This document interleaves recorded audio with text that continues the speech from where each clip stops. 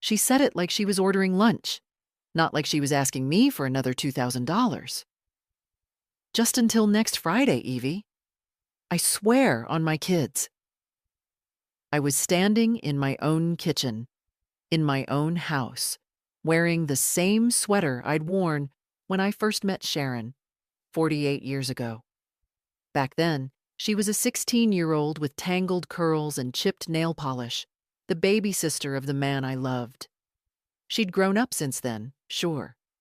2 ex-husbands, 3 kids, and a long history of temporary emergencies. But the voice, that sugary, urgent tone, hadn't changed. And neither had the way it always made me say yes, even when everything inside me screamed no. "I don't have it," I said simply. She pouted. Yes, at 64, she still pouted. "You always say that, and then you help anyway. What would Henry think?" There it was. The magic key. My late husband's name, dropped into the room like a weapon. I didn't answer. Just reached over to the kettle and switched it off before it screamed. The silence felt tight around my shoulders. I poured the hot water into 2 cups, one for her, one for me, and stirred in a sugar cube with slow, deliberate motions. My hands were steady, but I could feel the throb behind my ribs, that mix of old love and new resentment that had no name. "You've asked for help every month since he passed," I said, handing her the cup. "That was 6 years ago, Sharon. And you've never once said no." She smiled sweetly, as if that made her kind. As if generosity was something she was owed, like a pension. I sat down across from her at the table where Henry and I used to eat toast and laugh about her latest mess. He always defended her. She was the baby, after all. Life had been hard on her, he'd say. And I'd nod, because she was his sister, and I loved the man who loved her. But he wasn't here anymore. And I was starting to wonder if loving him meant I had to carry his debts, in cash, in patience, in silence. "I've got bills too," I said, not harshly, just honestly. "This roof isn't going to fix itself." Sharon rolled her eyes. "You're sitting on $500,000, Evie. I saw the listing when you refinanced last year." I blinked. So it wasn't just about help.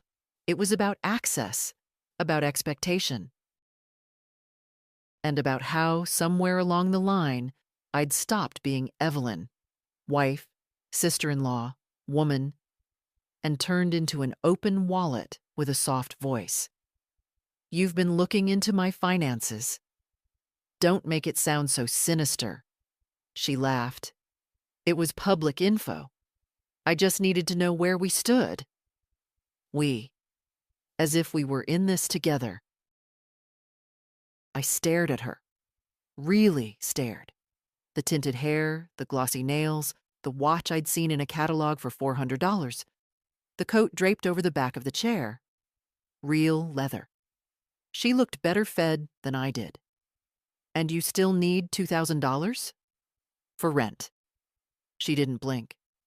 "And maybe a bit of car work. You know how it is." I looked out the window. The autumn light was fading into that pink-orange hue that made the house glow.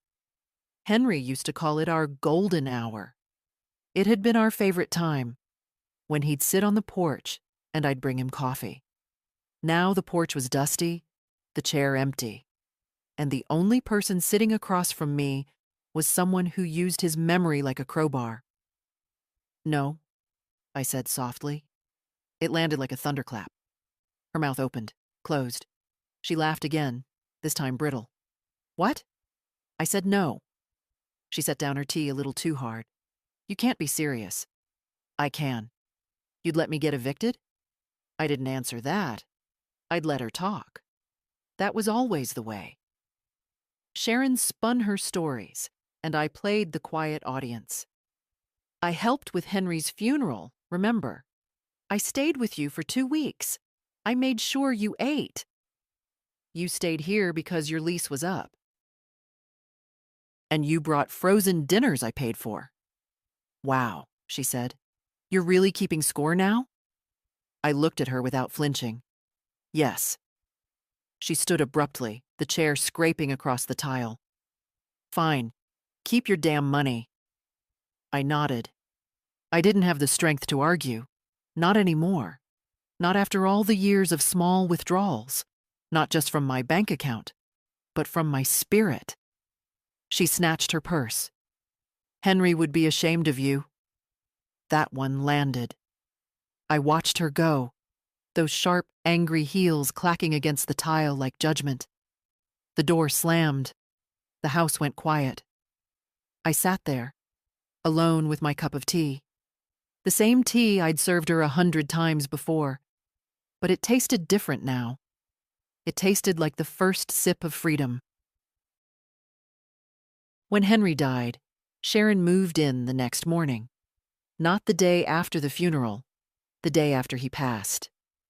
While the body was still at the hospital, while I was still figuring out how to dial the number for the mortuary without my voice cracking. She showed up with 2 suitcases, a bag of frozen lasagnas, and a claim on grief that matched mine word for word. I couldn't bear to be alone tonight, she said, stepping past me into the house as if it were hers. You shouldn't be either. I let her stay. Of course I did. How could I not? She was Henry's only sibling. He'd been her protector all his life. I'd seen it in the way he used to hand her 20s when she was in college, no questions asked. Or how he'd drive out to her place at midnight when her boyfriend locked her out again. He never judged her. He just helped. She's got a soft soul, Evie, he'd once told me. But the world keeps stepping on it. I believed him. Or maybe I just wanted to. That's the thing about marriage. When you trust someone, their people become your people. Even when it's inconvenient. So I cleared the guest room. I set the table for 2. I cried while Sharon watched her reality shows on the living room couch. It took her exactly 5 days to start asking about the will. Did Henry leave anything specifically for me? I remember blinking through my tears. You mean money? Well, not just money, she said, sipping wine I hadn't offered her. But yes, you know how close we were. He hadn't. Not because he didn't love her, but because we'd agreed. Whatever we had, we'd build for each other. And besides, we'd already helped her plenty during his life. Paid off her student loans. Co-signed her first house. Covered the hospital bills when her second child was born early. Still, I felt guilty. Like I'd taken something from her. I'm sure he would have, if he'd had more time, I lied. She nodded solemnly, as if accepting a noble tragedy. That night, I heard her on the phone in the hallway, whispering, "Yeah, she's got the house. And savings, I think. I'll stay close. She needs me." I wanted to believe it was concern, not calculation. Sharon stayed for 6 weeks. Then she left one afternoon after a loud call in the kitchen. Something about a new boyfriend in Charleston, fresh start, that kind of thing. She kissed my cheek like a nurse leaving her shift. "Call me if you need anything," she said. But she was the one who called. 2 weeks later. "Evie, I hate to ask, but my rent's a bit behind. Just this once. I'll pay you back." I transferred $950 that day. I told myself it was love. That's how love behaves, right?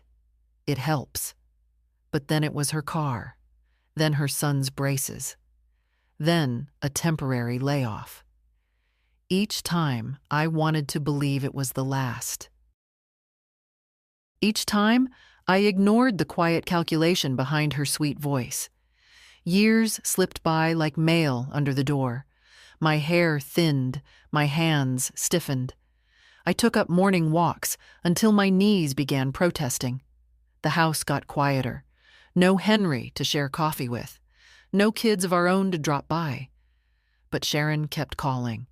Sometimes she brought pie. Sometimes she hugged me and said I was like a mother to her. But always, always, she left with something, a check, a promise, a piece of my peace. Until last week, I'd never questioned the pattern. I was just someone who helped.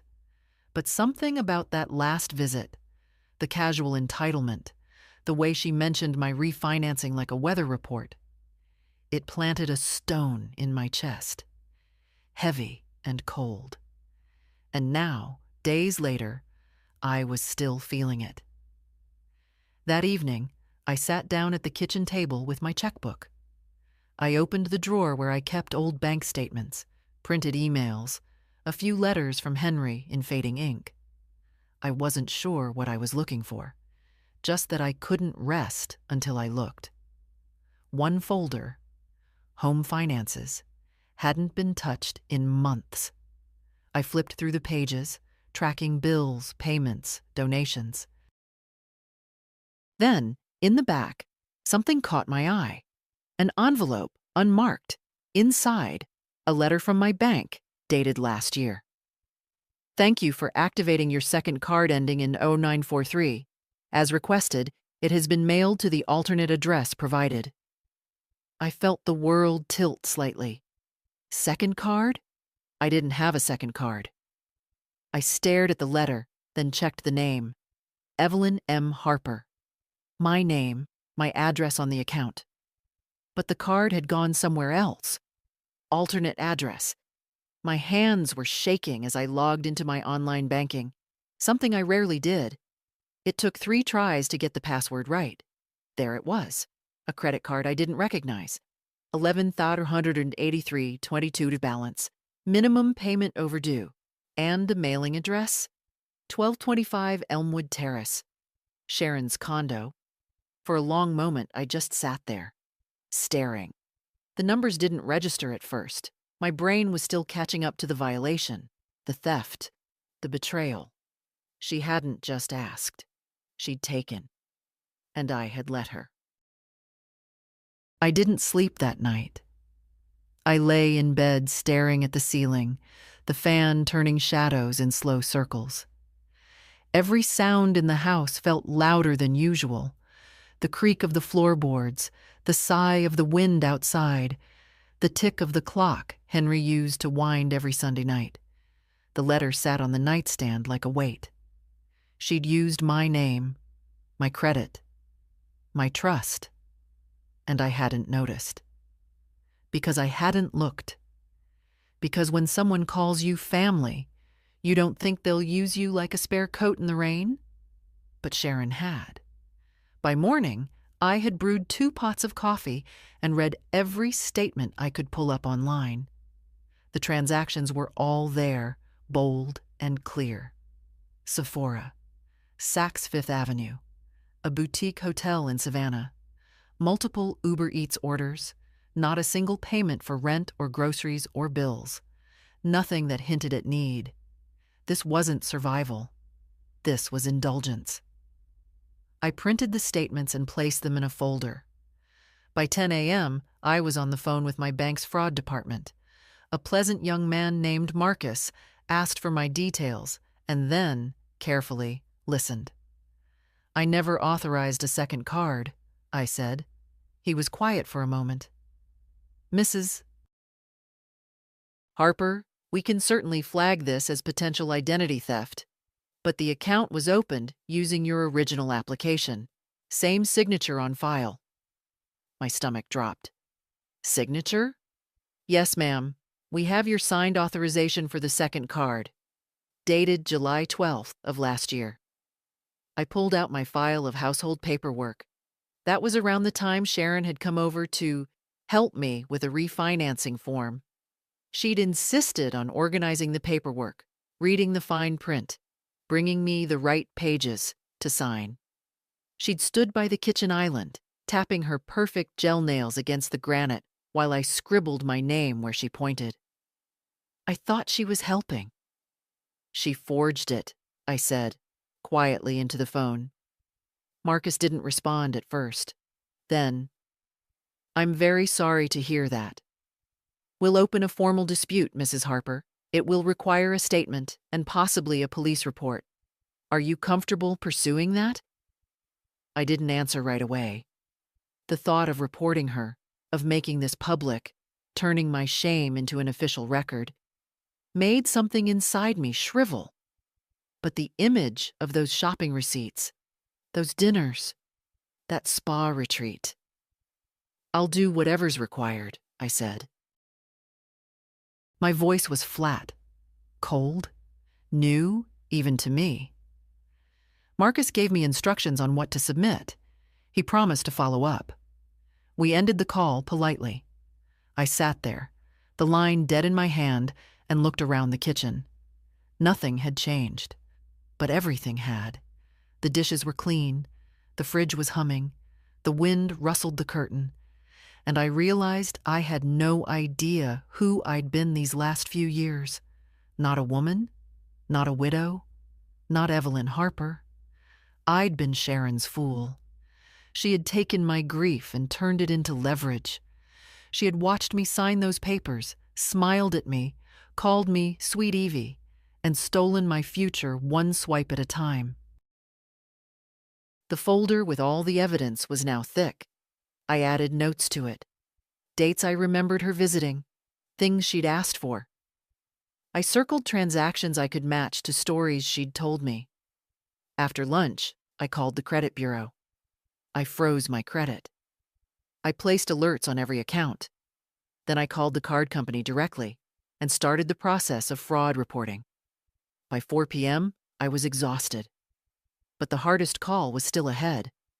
I didn't want to do it, but I had to. She answered on the second ring. "Evie, what's up? Everything okay?" Her voice was sugar. Always sugar. "We need to talk," I said. A pause. "Sure. What's going on?" "Your address is listed as the alternate contact for a credit card in my name. The balance is over $11,000. Another pause. Longer this time. "Oh, that.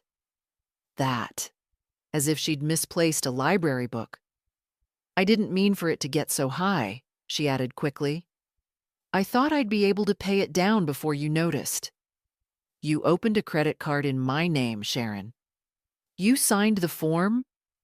You gave me a blank page and told me it was part of the refinancing. I was helping," she snapped. "You said you didn't understand the forms." "I was just helping yourself," I said. "Evie, come on," she said, switching gears. "You're not going to ruin our relationship over this, are you? We're family." "No, Sharon," I said, my voice calm now. "You ruined it." There was silence. Then, unbelievably, a laugh. "You're really going to get the police involved? Over a little credit card? You think that'll look good for you? An old woman calling the cops on her late husband's sister? I think it'll look like justice." "Oh, please." Her voice was sharper now. "You always had everything. The house, the retirement fund. Henry? You had Henry too. Not like you did." That stopped me. And then I saw it clearly. It had never been about money. Not entirely. It had been about resentment. About Sharon always feeling like she came second, and finding little ways to even the score. "I'm done," I said. "Evie?" I hung up. For the first time in years, I felt something deep in my chest that I hadn't felt since Henry died. Clarity, not peace, not yet, but the promise of it. The next morning, I went to the police station. I wore my Sunday coat, navy wool, with the brooch Henry had given me for our 20th anniversary. I don't know why. Maybe I needed something of him near me. Maybe I needed to feel like someone was still on my side. The officer at the front desk was young, polite, and slightly puzzled when I explained why I was there. "You're reporting identity theft, ma'am?" "Yes," I said. By someone I know. My sister-in-law. He blinked. Okay, let's sit down and go through everything.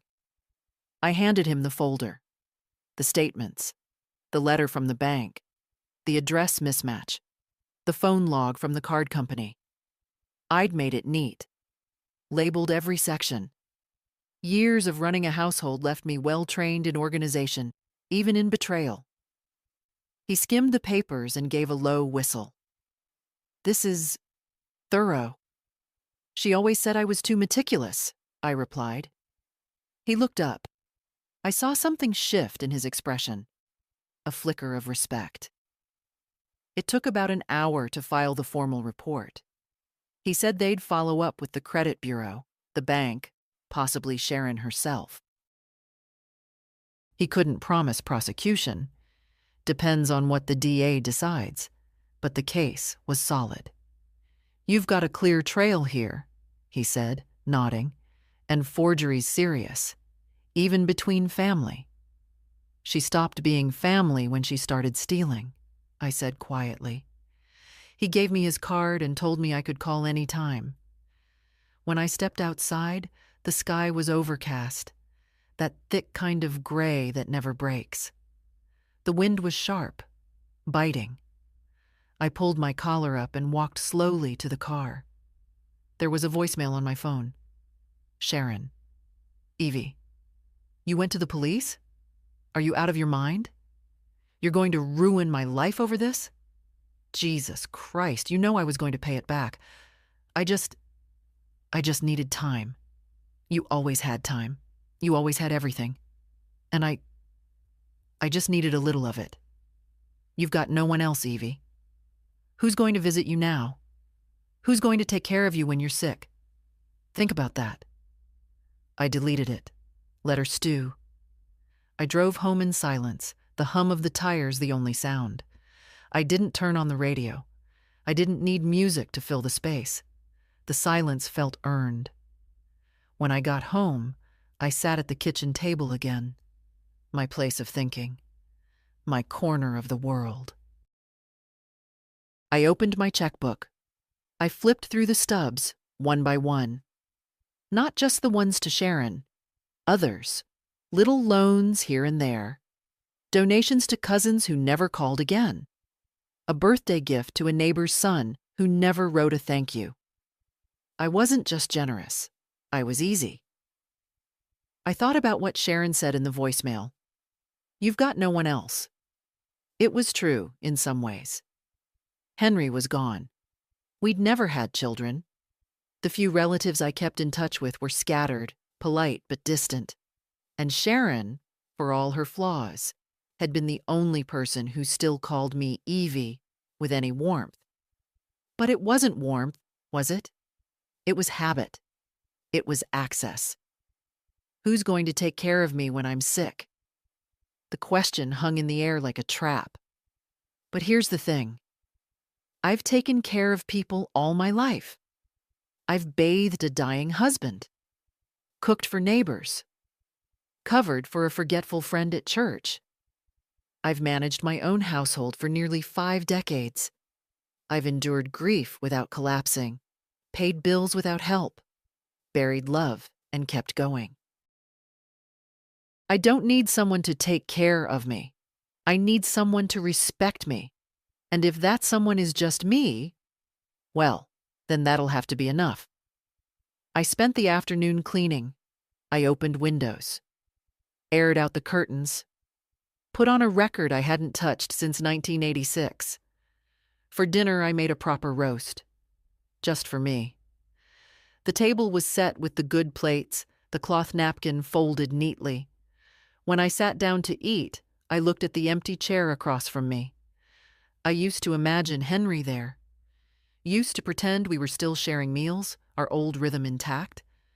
But tonight, I didn't pretend. He wasn't here.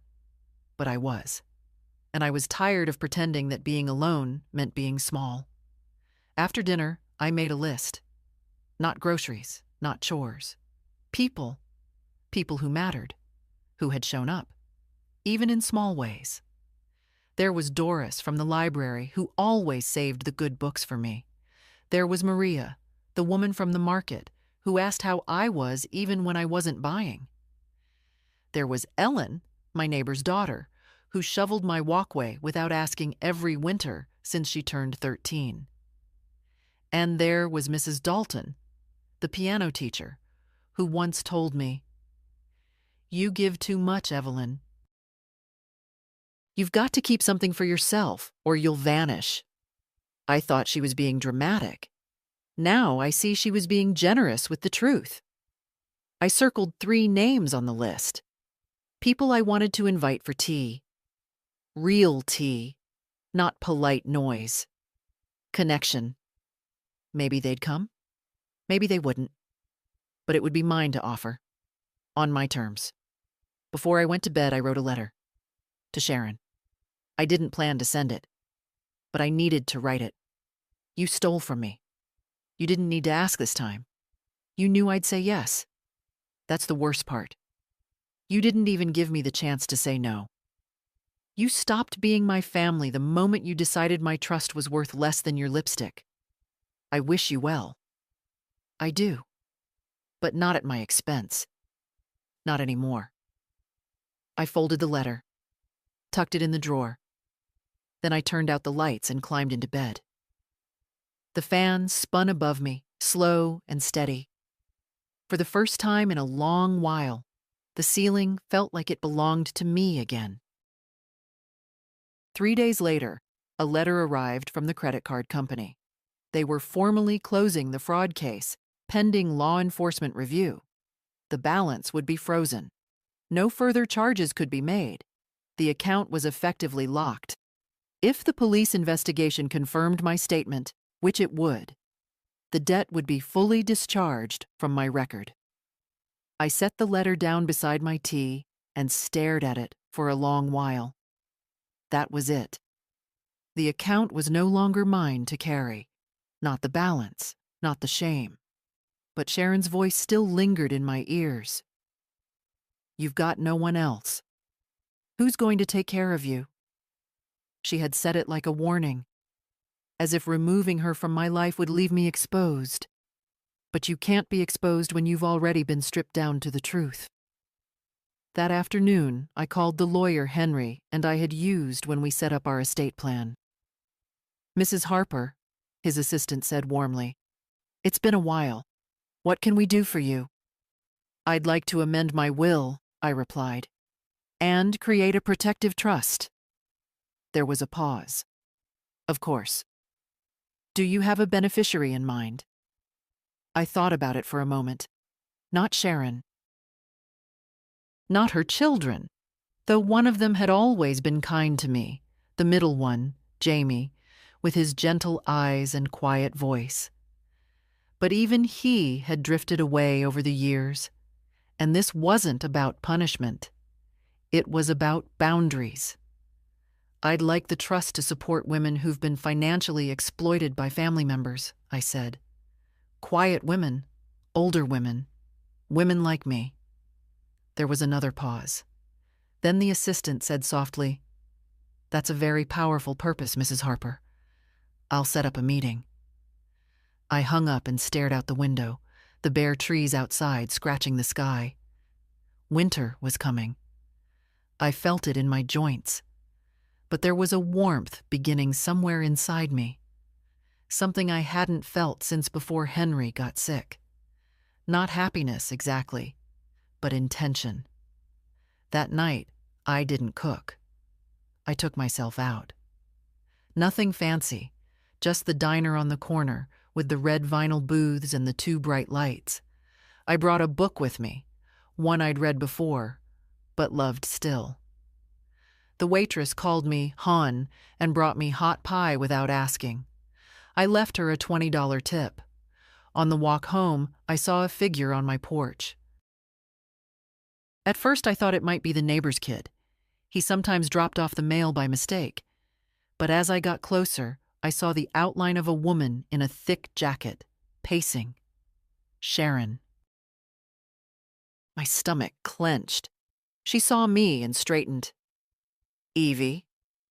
I think you should leave, I said before she could speak. I just want to talk. You've already said enough.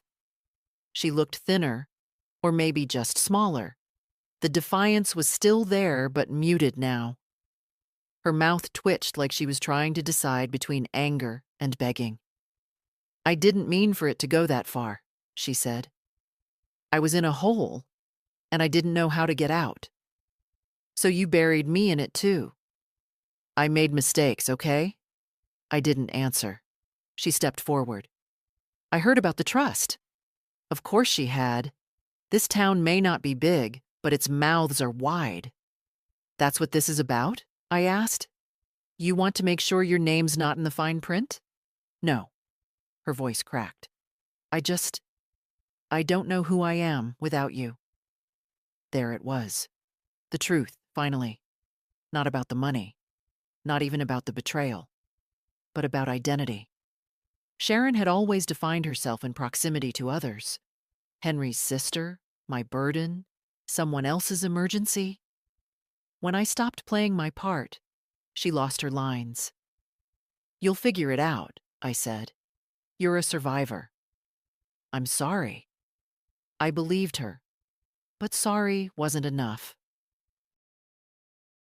I can't fix this for you, I said, and I won't. She nodded slowly, eyes glistening. Then she turned and walked down the steps. At the bottom, she paused. You were the only one who ever showed up for me, Evie. And you were the one who taught me how dangerous that can be. She didn't reply. She just walked off into the dark, her figure swallowed by the street. I stood on the porch a long time after that, not crying, not angry, just still, like something inside me had settled for the first time in years. Inside, the house was warm. The kettle was still hot. I poured myself a cup of tea, added a dash of honey, and sat in the armchair where Henry used to read the paper. The silence wasn't empty anymore. It was mine. The next morning, I did something I hadn't done in a long time. I wrote in my journal. It had been sitting on my bookshelf for years. A leather-bound thing Henry had given me on our 35th anniversary, back when we still believed we had all the time in the world. I used to write in it every week, then every month, then only when I was afraid I'd forget who I was. I flipped past pages of old joys and petty complaints. Dinner with friends. Henry's snoring. The time Sharon borrowed my good earrings and never returned them. That entry was underlined twice. The last entry was from 3 years ago. Some days I wonder if I'm fading, if being needed is the only thing keeping me from disappearing.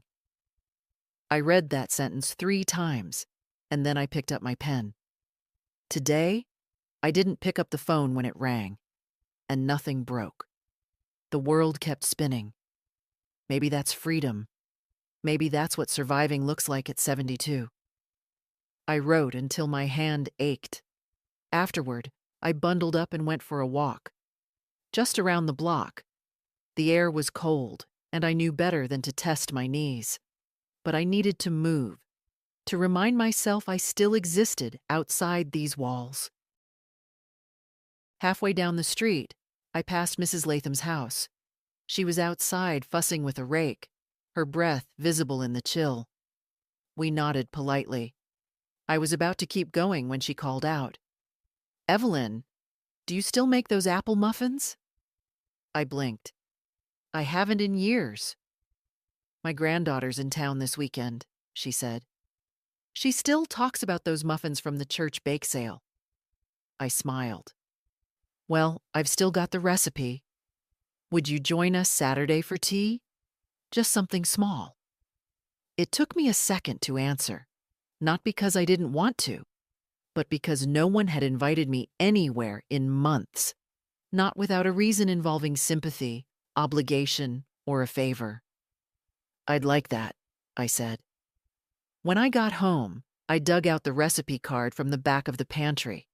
It was yellowed and curling at the edges in Henry's handwriting. He'd always insisted on writing down the things that mattered. That afternoon, I baked. Not out of duty, not to please someone, just because I wanted to. The house filled with the smell of cinnamon and warm apples, and for the first time in years, it smelled like mine again, not a holding station for other people's problems. Not a waiting room for someone to call, but a place where I lived, where I made things. I wrapped the muffins in a clean towel and placed them in a basket.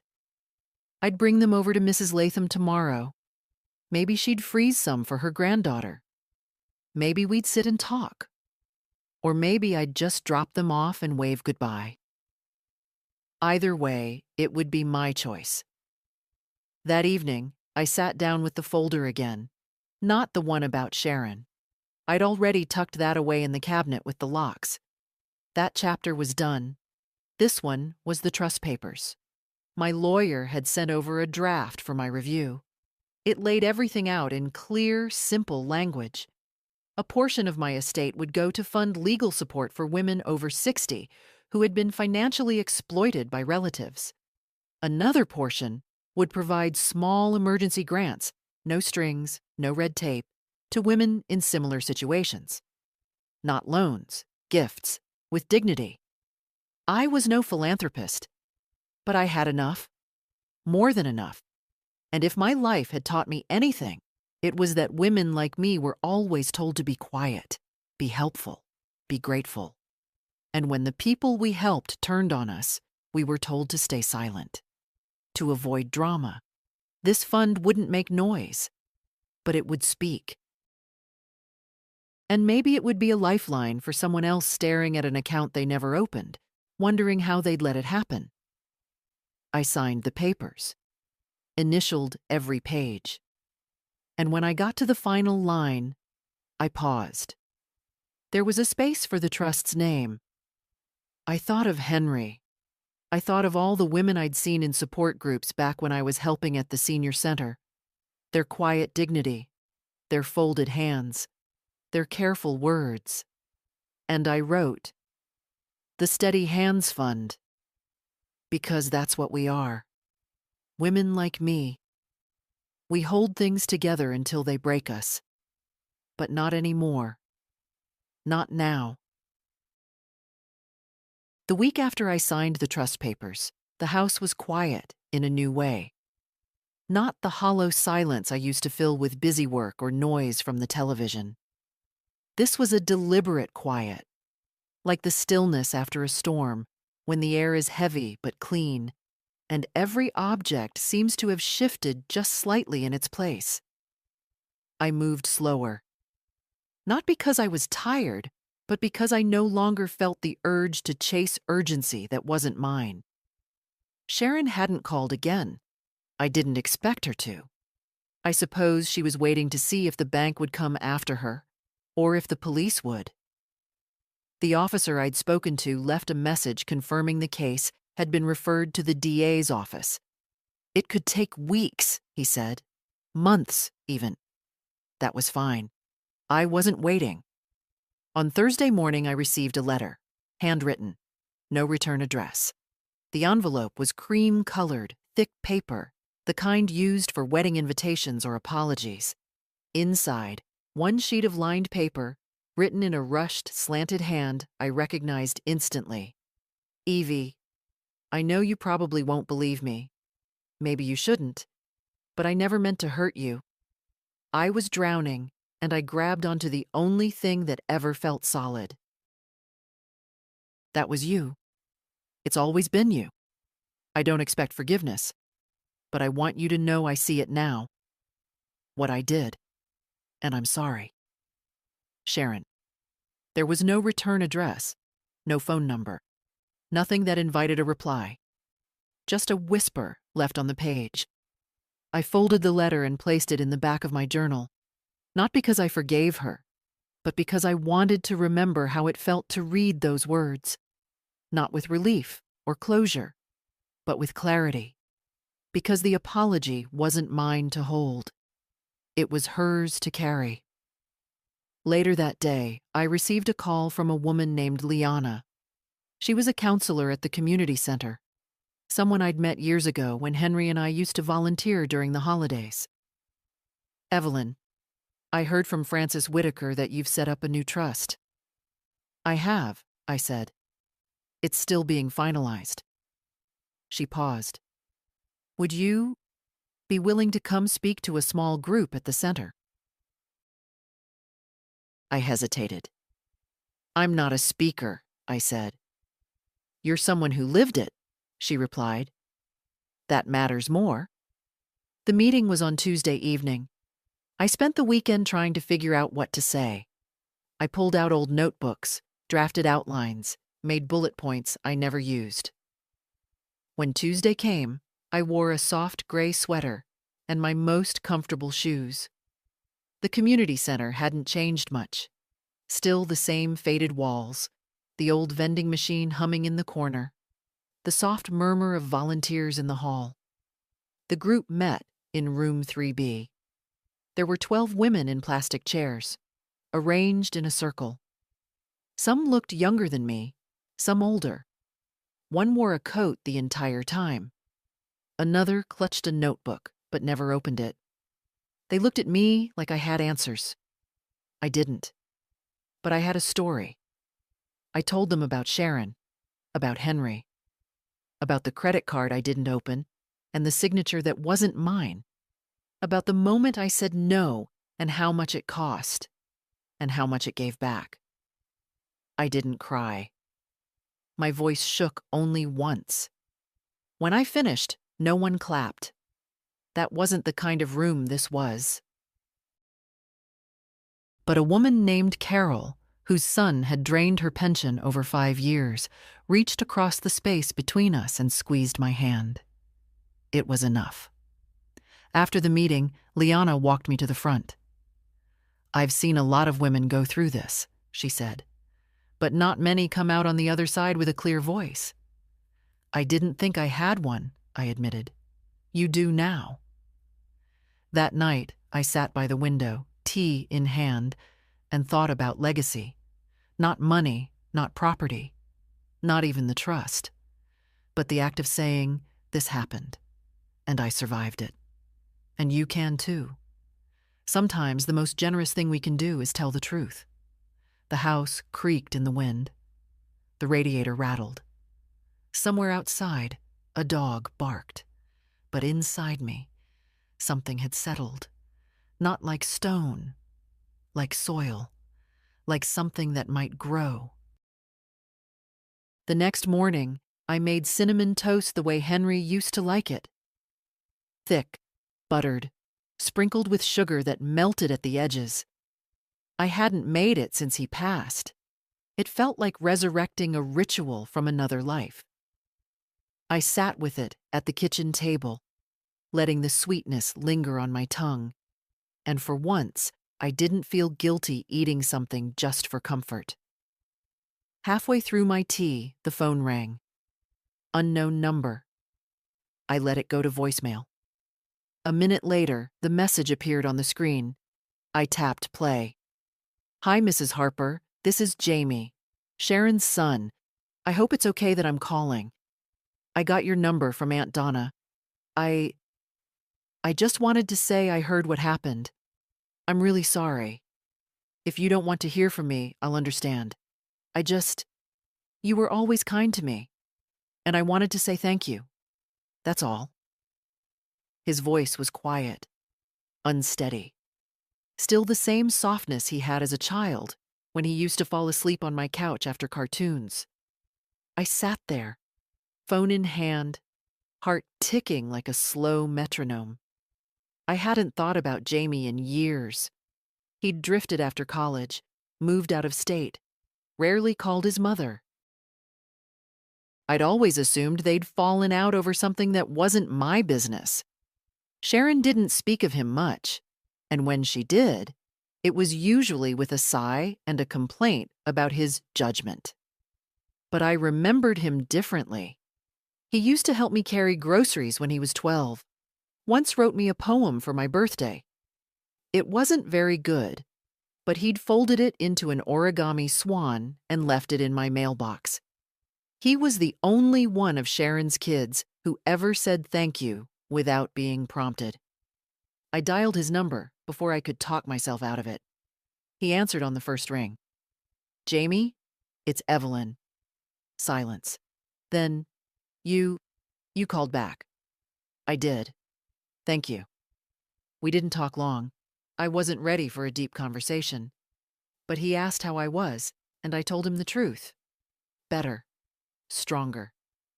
Still angry, but not drowning in it. He asked if he could visit sometime, if I'd be open to that. "I don't need anything," he said quickly, almost apologetically. "I just want to sit. Maybe talk. You were always the calmest part of my childhood." That nearly undid me. I agreed. We set a date for the following week. After the call, I opened the windows. The cold air stung my cheeks, but it felt cleansing. Honest. That afternoon, I walked to the park, the one Henry and I used to go to in our 40s when we were still building the life we didn't know we'd finish too soon.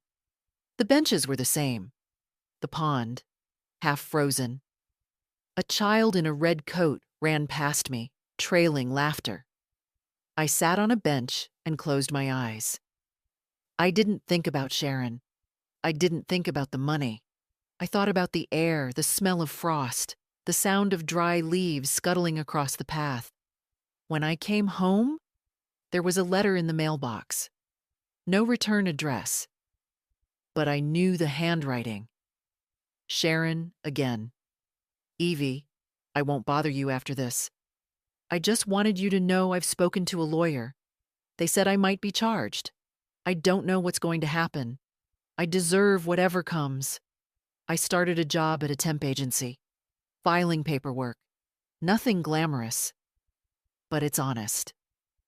For the first time in a long time, I'm not pretending to be something I'm not. I won't ask for forgiveness. But I wanted to leave you with this. I never stopped admiring you. Even when I was resenting you. You always knew who you were. I never did. Be well. S." I folded the letter and placed it with the first. Not in the trash. Not on display. Just kept, as a record, of what had broken and what I had chosen not to rebuild. That night, I lit a candle. Not for anyone. Just for the quiet. For the space I had finally made inside myself. Jamie came by on a Sunday afternoon. He brought daisies. Not from a florist. From someone's yard, I imagine. The stems were uneven, a few petals already curling at the edges. But they were real. Honest. No show. I placed them in a jar on the kitchen windowsill where the light still caught for a few hours in the day. He sat at the table, long legs folded awkwardly under, hands wrapped around a mug of coffee. He didn't try to fill the silence. That I appreciated more than I could say. "I didn't know everything," he said quietly after a while. "About what she did. I believe you." He looked at me, startled. "You do?" "I know the difference between someone who calls after they need something and someone who calls after they understand something." He nodded. "She's always been complicated." That's a kind word. Jamie gave a small smile. "I stopped talking to her 2 years ago, after she used my name to lease a car. I didn't even find out until I went to apply for a loan. Same story, different chapter. I wish I'd warned you." "No," I said. "I needed to see it for myself." He was quiet for a moment, then said, "I always wondered why you helped her so much." I sipped my tea before answering. "Because your uncle loved her, and because I believed that if I gave enough, she'd change." Jamie's eyes were kind. That's what I believed, too. He stayed for 2 hours. We talked about his work, logistics for a shipping company, Nothing glamorous, but he liked the structure of it. He'd been sober for 4 years. Was dating someone quiet, someone who liked plants and hated parties. He showed me a photo on his phone. Her name was Lena. "You seem steady," I told him. "I am now," he said. Before he left, he looked around the kitchen. "It still smells like cinnamon here." That's what happens when you stop letting people take all the sweetness out of a place. He hugged me, gently, like I might break. I didn't. When he was gone, I stayed standing at the window for a long time, watching the shadows shift across the porch. The days were getting shorter, but they didn't feel smaller anymore. That evening, I pulled out an old cardboard box from the closet. It was filled with things I hadn't looked at in years. Papers from Henry's business, letters, small keepsakes. At the bottom was a bundle of cards tied with a faded blue ribbon. Sympathy cards from when Henry died. Some were perfunctory, signatures with no message, but others were thoughtful. Full of memories I'd forgotten.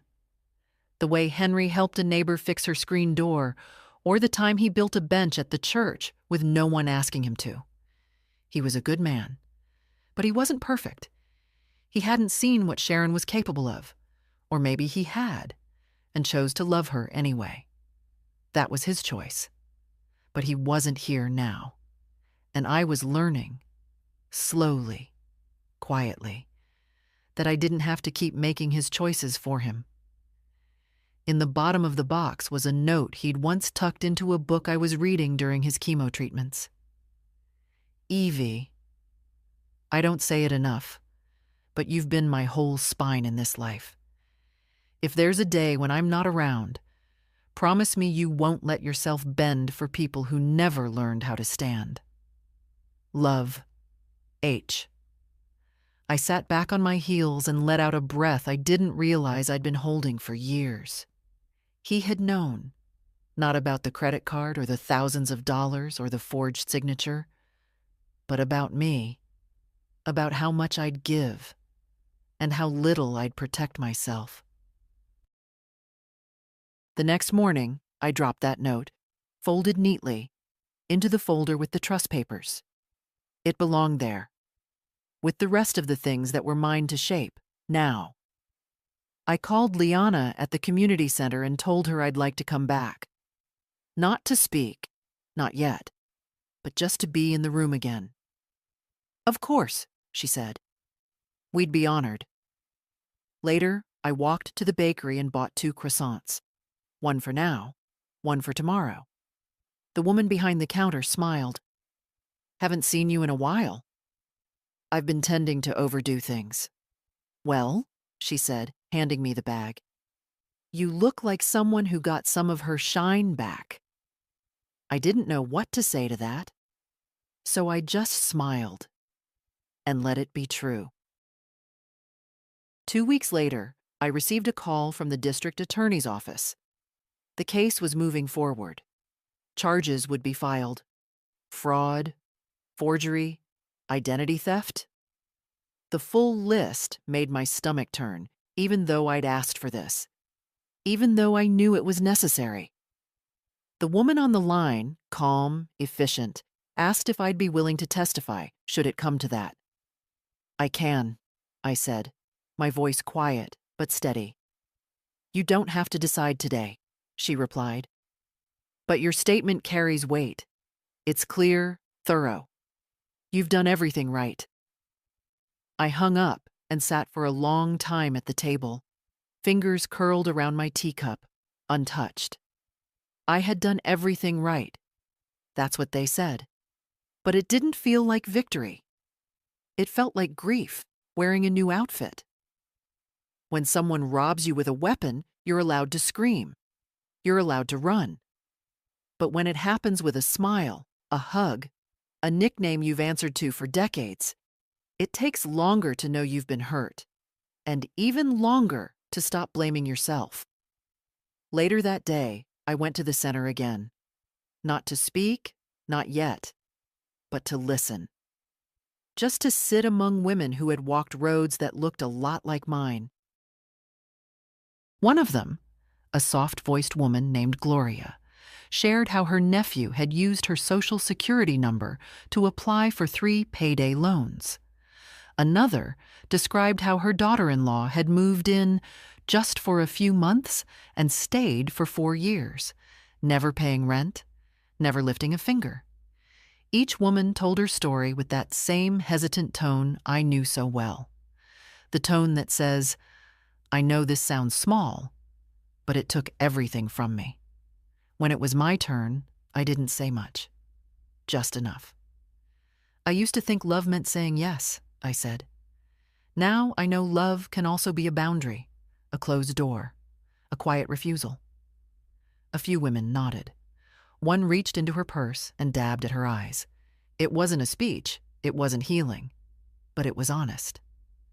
When I got home, there was a letter from Sharon's attorney, typed, formal, with phrases like intent to cooperate and seeking resolution outside of criminal court. At the bottom, in smaller print, was a request. Would I be willing to sign a statement of leniency? I sat with that question for hours. I wasn't angry anymore. Not in the way I had been. I didn't want Sharon to rot in a cell. But I also didn't want her to keep walking through the world thinking people like me were her stepping stones. So I wrote a statement. Clear. Firm. I explained what she had done. What it cost me. Not just financially, but emotionally. I didn't ask for punishment. I didn't ask for mercy. I asked for recognition. For acknowledgement that this happened, that it mattered, and that it wasn't going to be hidden under the rug of family shame. I signed it and mailed it back.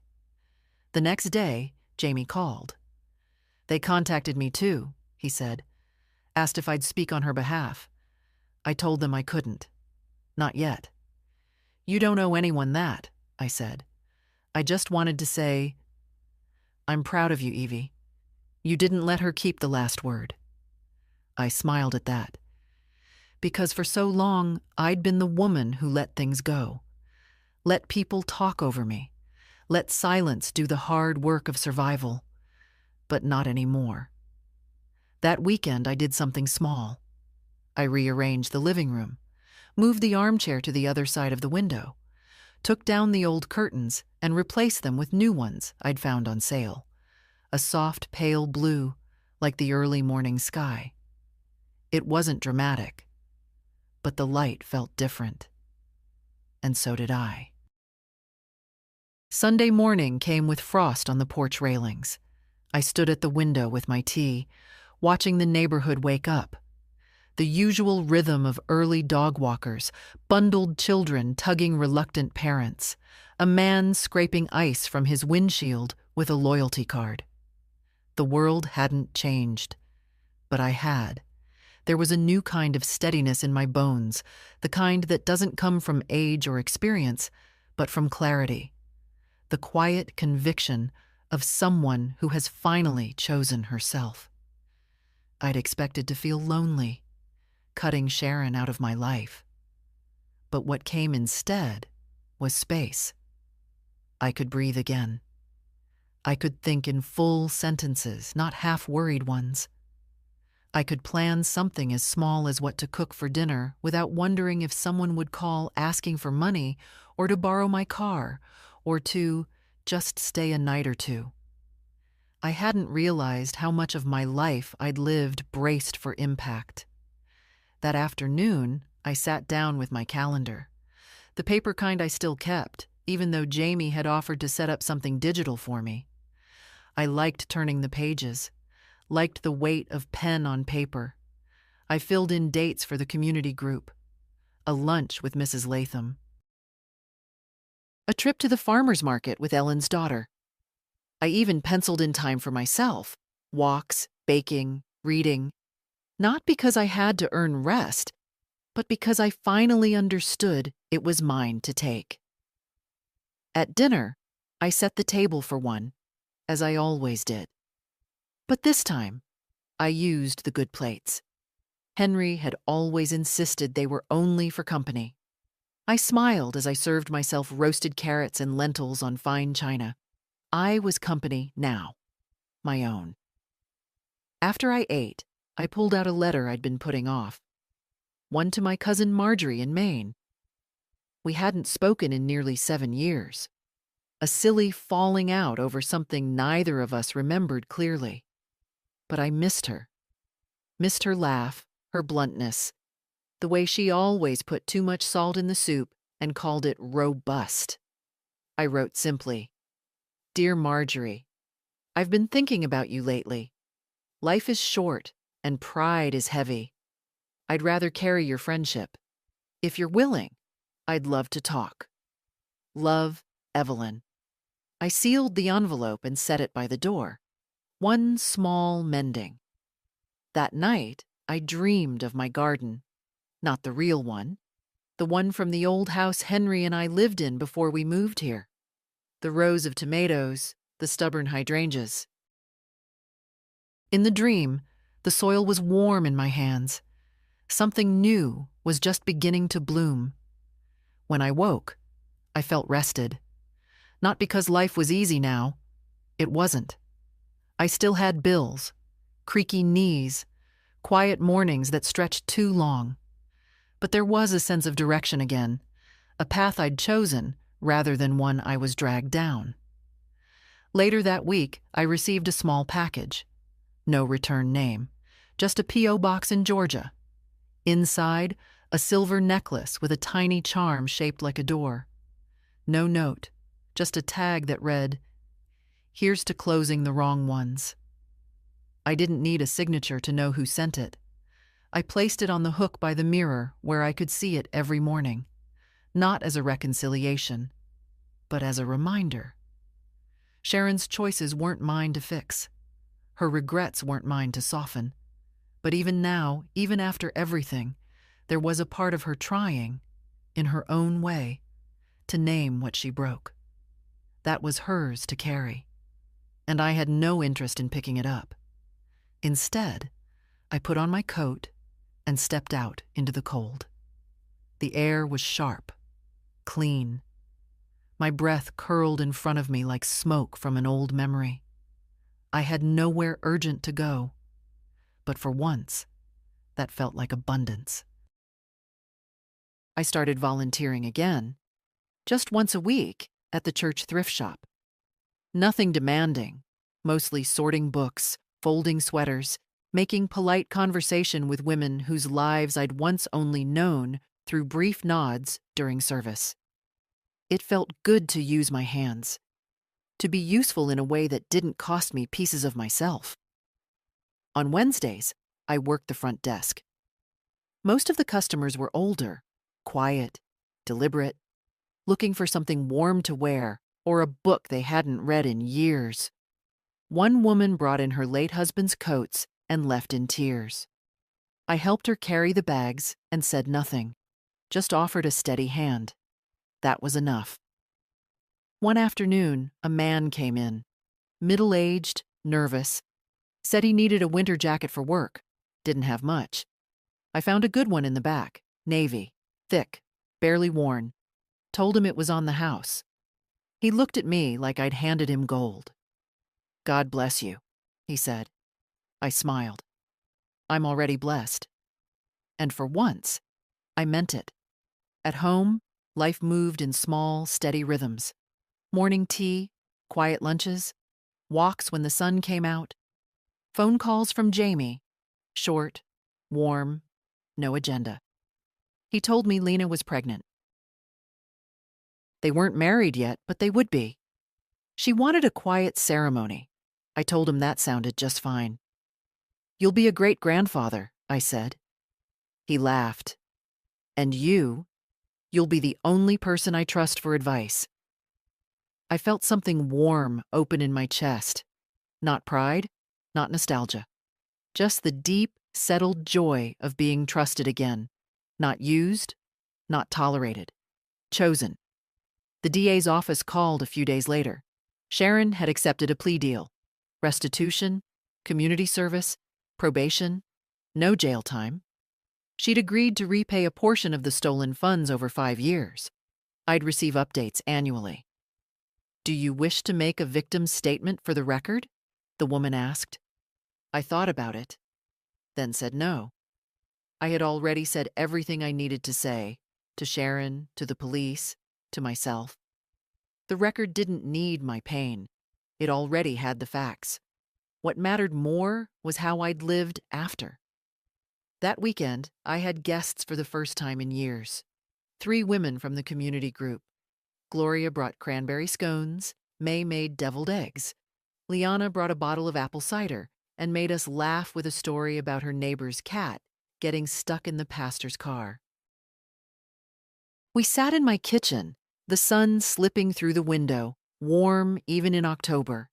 We talked about ordinary things, recipes, old jobs, a movie someone had half-watched before falling asleep. No one asked me for anything. No one expected me to fix their life. And still, somehow, I felt more needed, more seen, than I ever had when I was pouring myself empty for someone else. After they left, I washed the plates and stood at the sink, sleeves rolled up, water warm. I caught my reflection in the window, not young, but not lost. I saw a woman who had walked through fire and come out quieter, steadier, more whole. A woman who had said no when it counted. And yes, finally, to herself. The next morning, I opened the drawer where I kept Henry's letters. I hadn't looked at them in a long time. They were all still there, bundled by year, some written in his careful block print, others with the hurried, looping scrawl of someone writing between hospital appointments or late nights at the office. Most weren't dramatic, just notes he'd left over the years. Beside the coffee pot, tucked in coat pockets, taped to the bathroom mirror.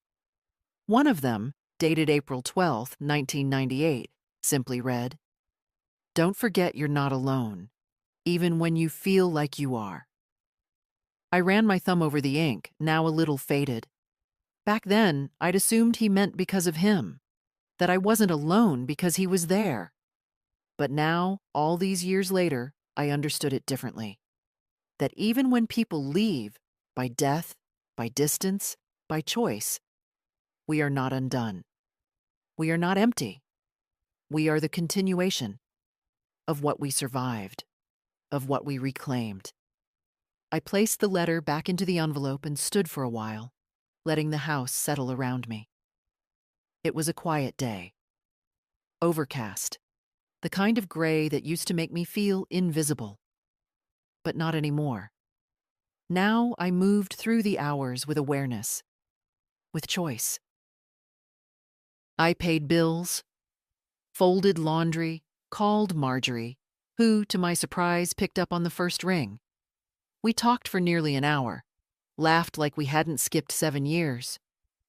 "Why'd we stop talking?" she asked. "I think we both thought the other didn't need us anymore." "Well," she said, "we were both wrong." Later that afternoon, I went through the cedar chest in the guest room. The one that held old photographs, table linens, Henry's cufflinks, a few things from my mother's kitchen. I pulled out a quilt I hadn't used in years. My grandmother made it, all hand-stitched, each square a piece of worn clothing from someone long gone. The hem was fraying. A button was loose on one of the patches. I laid it across the bed. The room looked softer instantly. Sometimes that's all healing is. Choosing to see softness where you once saw storage. Reclaiming space not just in your home, but in yourself. In the evening, I lit a fire in the fireplace. Jamie had dropped off some wood the weekend before. I made soup, lentils and carrots again, and ate by the hearth, wrapped in an old shawl. The phone rang once. I let it go. Later, I listened to a record Henry used to love. Jazz, slow, a little scratchy from age. I sat in the armchair with my journal, the same one I'd written in after finding Sharon's letter.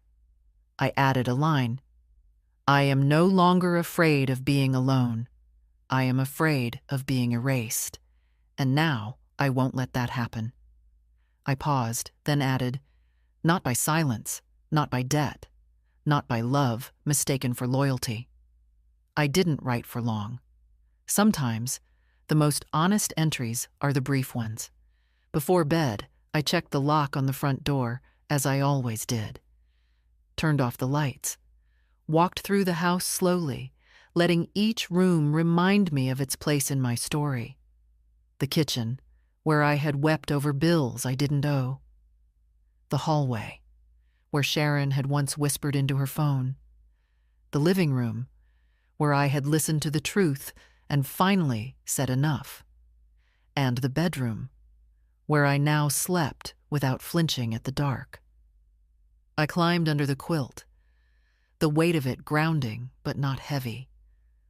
I closed my eyes, not to forget, but to rest. A few days later, I stood in line at the post office. It was nearly noon, the line long, full of restless people tapping their feet and glancing at watches. I didn't mind. I had nowhere urgent to be. My envelope was already addressed, a donation to a local shelter made in memory of my mother. Behind me stood a woman about my age, holding a small package with trembling hands. I offered her my place in line. She hesitated, then smiled. "I'm in no rush," she said. "Neither am I," I replied. We talked, quietly, like people who've spent most of their lives making themselves smaller so others could fit comfortably around them. Her name was Barbara, recently widowed. One adult son she rarely heard from. A cat that needed surgery she couldn't afford. "I'm thinking about selling the house," she said, almost to herself. "You want to?" I asked. She looked at me then. "I want to stop feeling like everything I have is a burden." I nodded. "I know that feeling." We exchanged numbers, just in case. When I got home, I wrote her name in the back of my calendar, not as a task, as a reminder that even a small conversation can be a beginning. That night, Jamie came by again, this time with Lena. She was shy at first, unsure of how much to say or where to look. But once she relaxed, her voice warmed. She was smart, steady, had a gentle way of listening that reminded me of the nurses who cared for Henry in his final days. After dinner, Jamie helped me carry down a box of winter blankets from the attic. We stood at the base of the stairs, laughing about the time Henry had gotten stuck up there trying to hang Christmas lights from the inside. "He never did things the normal way, did he?" Jamie said. "No," I said, smiling, "but he did them with his whole heart." When they left, Lena hugged me. Not a quick, polite gesture, but something real. I watched them walk down the steps, her hand in his, and for the first time, I felt the future holding something again. Not just memory, but possibility. Later that week, I returned to the community center, not as a guest, but as a host. Liana had asked if I'd be willing to lead a discussion, just a small one. She thought it might mean more coming from someone who'd lived it. I said yes. 5 women came, each one with something held tight behind their eyes. Shame, worry, exhaustion. I didn't give them advice. I just told them the truth. That boundaries can save your life. That saying no can be the kindest word you speak, not to others, but to yourself. That trust, once broken, doesn't always have to be rebuilt. Sometimes it just needs to be buried. They listened. Some nodded. One woman wept softly. Another asked if it was too late. Too late to change the locks. Too late to cancel the automatic transfers. Too late to ask for her own life back. "It's never too late," I said. "The world just wants you to believe it is." Afterward, they lingered. We talked about soup recipes and the best place to get warm slippers and what shows were worth watching alone. They left lighter, and so did I. At home, I pulled out a blank sheet of paper and started writing again. Not a journal entry, not a letter. Something else. A beginning. Maybe it would become a guide, or a story, or nothing at all. But the words came easily. This is not a story of revenge. It's a story of return, not to what was, but to what could still be. Winter settled in slow. The kind of winter where the mornings are silver and the evenings arrive too soon. I started keeping a lamplit in the front room all day. A small thing, but it kept the house feeling awake. Jamie came by more often now, sometimes with Lena, sometimes alone, usually carrying something. Wood for the fire, soup from the little cafe on Oak Street, once even a tiny potted rosemary plant. For your kitchen, he said. So it always smells like something's alive. I placed it by the window. The trust was officially active. The first grant went out last week. A woman named Nadine, 73, whose son had emptied her checking account over 3 years.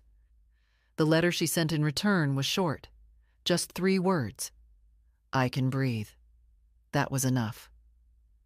Barbara and I started meeting once a week. Tea on Wednesdays. We didn't talk much about pain. Mostly, we shared recipes, old music, small jokes that got funnier the longer they sat in the air. She didn't sell her house, after all. Not yet. She said it finally felt like hers again. Sometimes, that's the only miracle we get. A little bit of ourselves, returned. I kept writing. Not for anyone else. Not yet. Just for me. About the year that taught me where I ended, and others began. About the cost of silence. About the price of being agreeable for too long. One morning, I opened the back door and stood in the cold. The sky was soft blue. The garden, frozen and brittle, but still holding shape. I pulled the shawl tighter around my shoulders and thought about all the things I used to worry over. The dinner invitations I didn't want to send. The money I gave out like apology notes. The hope that if I stayed kind enough, quiet enough, needed enough, I'd be safe. But safety never came from shrinking. It came from standing up, even if your voice trembled, even if your hands shook when you changed the locks, even if it meant losing people you once thought were your lifelines. I used to think dignity was something you were born with. Now I know. You earn it back. One no at a time. I stepped outside, bare porch under my feet, and breathed in deep. Not peace, exactly, but something close. The wind tugged at my collar, and I laughed out loud. A full laugh, unguarded, unshaped. Just mine. Inside, the kettle whistled. The house didn't feel quiet anymore. It felt ready. And if this story found you, if you're reading this with that heaviness in your chest, that feeling like someone has mistaken your generosity for permission, I'll leave you with this. You are not too late. You are not too soft. You are not alone. Say no. Change the locks. Turn on a light and make tea just for yourself. And when you're ready, come sit with us. We kept a seat open,